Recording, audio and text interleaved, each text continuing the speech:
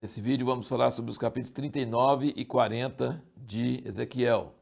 O capítulo 39 continua o assunto do dia anterior sobre essas nações que vêm contra Israel nos últimos dias.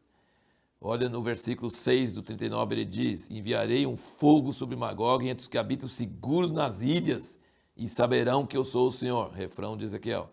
E farei conhecido o meu santo nome no meio do meu povo Israel e nunca mais deixarei profanar o meu santo nome.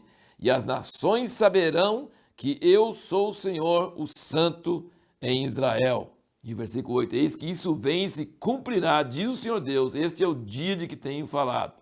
Então, continuando aquilo que nós falamos no último vídeo, é que Deus vai provar no fim da história de que Ele manda na história, que Ele domina a história, que Ele existe e que Ele é o Deus Todo-Poderoso, e Ele é o Deus que vai terminar a história, e Ele é o Deus que vai julgar todas as coisas. E Ele vai mostrar isso no meio da história, Ele vai mostrar isso assim, aqui na terra mesmo vai acontecer. Ele vai mostrar como Ele fez com o faraó na saída do Egito. Esse é o propósito de Deus. Ele vai zelar do seu santo nome, vai reivindicar a glória do seu nome, e tanto Israel quanto as nações saberão que Ele é o Senhor. E aí, aqui no fim desse capítulo 21, ele diz: estabelecerei, pois, a minha glória entre as nações. Deus quer se manifestar às nações, não só Israel. E todas as nações verão o meu juízo que eu tiver executado, e a minha mão que sobre elas eu tiver descarregado. E os da casa de Israel saberão desde aquele dia em diante que eu sou o Senhor Deus.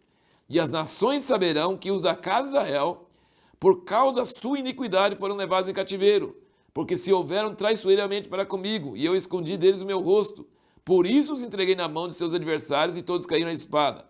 Conforme a sua imundícia e conforme as suas transgressões, me houve com eles e escondi deles o meu rosto. Então ele está querendo dizer, quando ele trouxer Israel de volta e quando ele derrotar as nações que vier contra Israel nos últimos dias, todas as nações saberão que Israel estava castigado, mas não é porque Deus tinha abandonado eles, e que Deus existe mesmo e que ele vai defender o povo dele. No versículo 25, portanto assim diz o Senhor Deus, agora tornarei a trazer Jacó e compadecerei de toda a casa de Israel, terei zelo pelo meu santo nome. Está vendo? Deus estava a restaurar Israel por causa do zelo do seu santo nome. E eles se esquecerão, tanto do seu opróbrio como de todas as suas infidelidades, pelas quais transgrediram contra mim, quando eles habitarem seguros na sua terra, sem haver quem os amedronte. Quando eu os tornar a trazer de entre os povos e os houver juntado às terras de seus inimigos, e for santificado neles aos olhos de muitas nações. Então saberão que eu sou o Senhor seu Deus, vendo que eu os fiz ir em cativeiro entre as nações, e os tornei a juntar para sua terra, não deixará lá nenhum deles. Nem lhes esconderei mais o meu rosto, pois derramei o meu espírito sobre a casa de Israel, diz o Senhor Deus. É uma promessa maravilhosa. Não tem jeito de duvidar de que Deus tem planos mesmo para a nação de Israel e que isso vai acontecer. Senão toda a Bíblia é balela, né? Se nós não cremos nisso, a Bíblia é balela, mas não é. Então Deus vai honrar seu santo nome e Ele escolheu Israel para ser o meio, para Ele provar para todas as nações que Ele é o Senhor da história. Ele é o Senhor da história e Ele é o Santo de Israel. E Ele vai derramar seu Espírito sobre a nação de Israel. Isso ainda não aconteceu. Aí nós começamos no capítulo 40, o misterioso templo de Ezequiel. E eu aconselho você aqui, quase desse capítulo 40 até o fim de Ezequiel, leia mesmo sem entender, tá? Eu também não entendo quase nada disso aqui, tá? Mas adianta ler, tá? A Bíblia sempre adianta ler, mesmo que você não entende nada, adianta ler. Leia, leia e deixa Deus mostrar qualquer coisa que Ele queira mostrar. Eu posso dar algumas dicas, mas a maior parte disso aqui, eu não sei se esse templo vai existir algum dia, não sei muito de que se trata, mas tem alguns aspectos desse templo que eu vou comentar com vocês nesses dias. E um dos aspectos, no versículo 4, 40, ele diz, e disse-me o homem, filho do homem, sempre Deus fala de Ezequiel, no livro de Ezequiel, filho do homem, vê com os teus olhos, ouve com os teus ouvidos, põe no teu coração, tudo quanto eu te fizer ver, porque para tu mostrar foste tu aqui trazido. Anuncia, pois, a casa de Israel tudo quanto vires. E aí ele fala de cômodos e de entradas e de medidas ele fala de vestíbulo, né? Talvez o arquiteto teria grande prazer de ver, porque é um monte de coisa de arquitetura mesmo, sabe? Medidas, engenheiro, civil, essas coisas todas. Mas tem uma coisa que eu só queria ressaltar para você, que é a diferença entre sacerdotes da casa, que é uma coisa bem diferente do que tinha no templo de Salomão e no tabernáculo de Moisés. Então é isso que é interessante ver, algumas diferenças que tem aqui, que Deus está mostrando para Ezequiel justamente para mostrar essas diferenças, né? Então veja o versículo 45 desse capítulo 40, ele diz: e ele me disse, esta câmara que olha para o sul é para os sacerdotes que têm a guarda do templo, mas a câmara que olha para o norte é para os sacerdotes que têm a guarda do altar, a saber, os filhos de Zadok, os quais dentre os filhos de Levi se chegam ao Senhor para o servirem.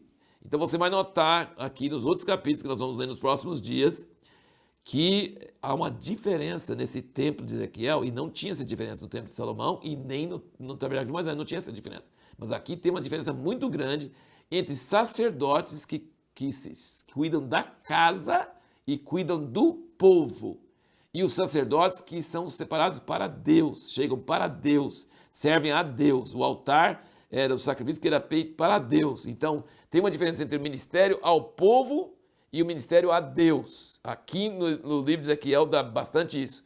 Leia, se você quiser entender mais sobre isso, leia o livreto Ministério ao Senhor, escrito por Christopher Walker. Você vai encontrar o link aí, você vai encontrar o jeito de comprar esse livreto, é bem curtinho, mas ele leva pela Bíblia inteira, vai mostrando a diferença entre servir a casa, servir o povo e servir a Deus. Há uma diferença muito grande. E aí eu quero aproveitar, leia esse livreto mesmo, porque é muito interessante, chama Ministério ao Senhor. A diferença nas igrejas, os pastores e as pessoas, normalmente fica todo mundo servindo o povo, preocupado com a reunião, preocupado com as visitas, preocupado com os doentes. Tudo isso é muito bom. Só que tem um ministério mais alto, que é ministério a Deus, lugar oculto, só a Deus e não as pessoas. Um ministério que ninguém vê. Então, assim, é muito interessante notar que há uma diferença. E a pessoa pensa, não, eu estou servindo a Deus, estou ministrando a Deus. Você está ministrando as pessoas, e isso é importante. Isso tem a sua função muito importante, mas não é o prioritário. O prioritário é ministrar a Deus e não as pessoas. Tem duas coisas, você vai notar que tem cômodos para um e cômodos para outro aqui nesse templo de Ezequiel. E aí, por exemplo, eu quero lembrar você, por exemplo, quais eram os 3 discípulos mais próximos de Jesus? Dos 12?